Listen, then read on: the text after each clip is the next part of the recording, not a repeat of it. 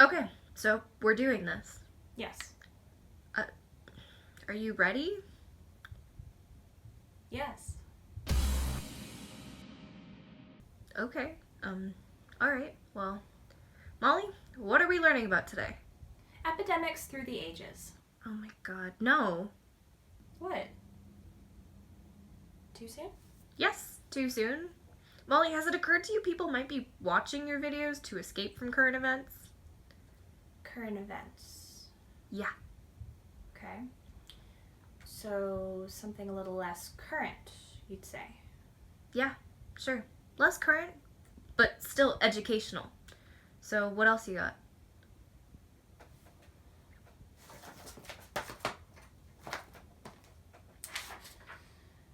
Okay. Epidemics through the ages. That's out. Yep. Historical medical procedures. No. Still too current? Yeah. It's got historical in the name. Doesn't matter. Okay. A brief history of blood. No. Okay. Australian animals and the dangers they pose. Does that include spiders? Yes. Then no. World apocalypse. What you need to know to prepare. That also feels a little too current. Medieval torture. Medieval torture? Oh, good. Medieval torture it is. What? No. Are you sure this is the route you want to go? But not educational enough, would you say? I don't know if it's... Educational isn't exactly the word I'd go with. It's a little morbid. Okay, so you want to do historical medical procedures instead then? No, Molly, it's just these are all really awful. They are? Yeah. Oh. Okay, So, if this is the kind of content you want to make, well, then we gotta change the name. The name of what? The name of the show. To what?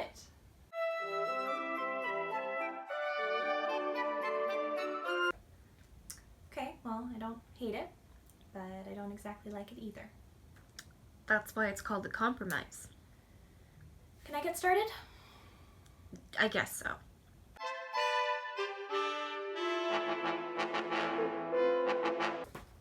Alright. While people have designed and built methods of torture for centuries throughout the ages, none are more well-known or more statistically innovative than the ones found in medieval Europe. Although some that have made the list technically derived from China and Persia.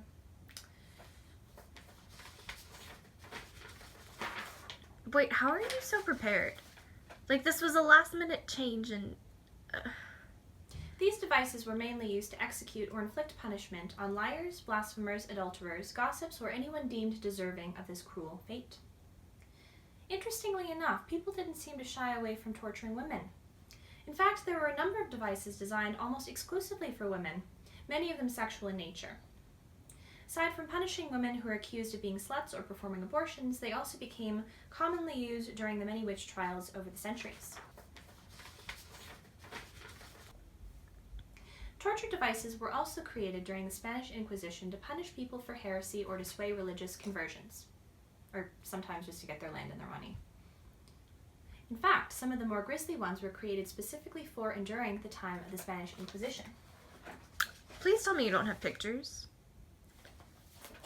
Oh, you have pictures. Okay, well, let me see. Yeah, that... It doesn't really leave much to the imagination what they would do with these, huh? Alright, well, thank you, Molly.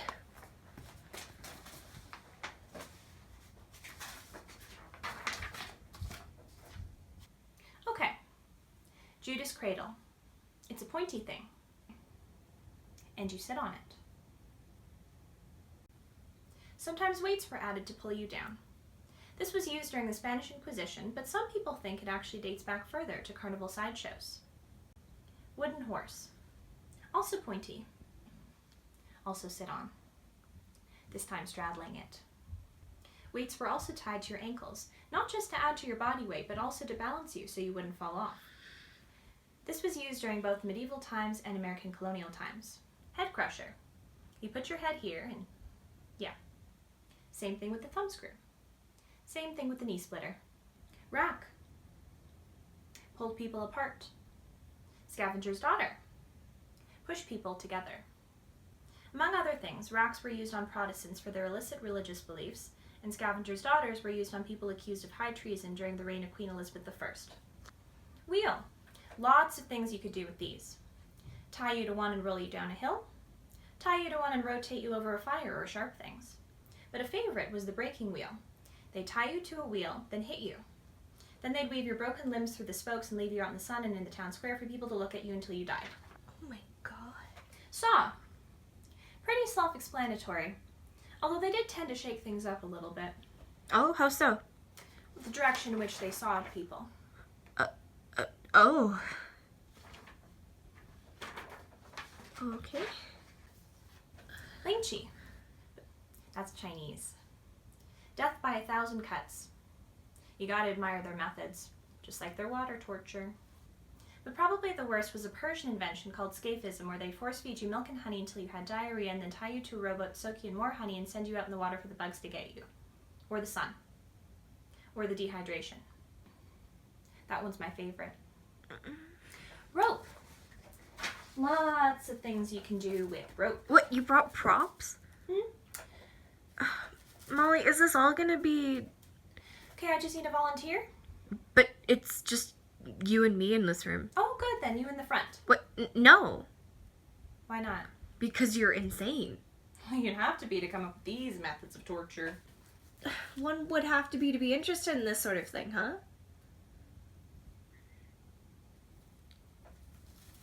Okay. Well, not going to do my demonstration.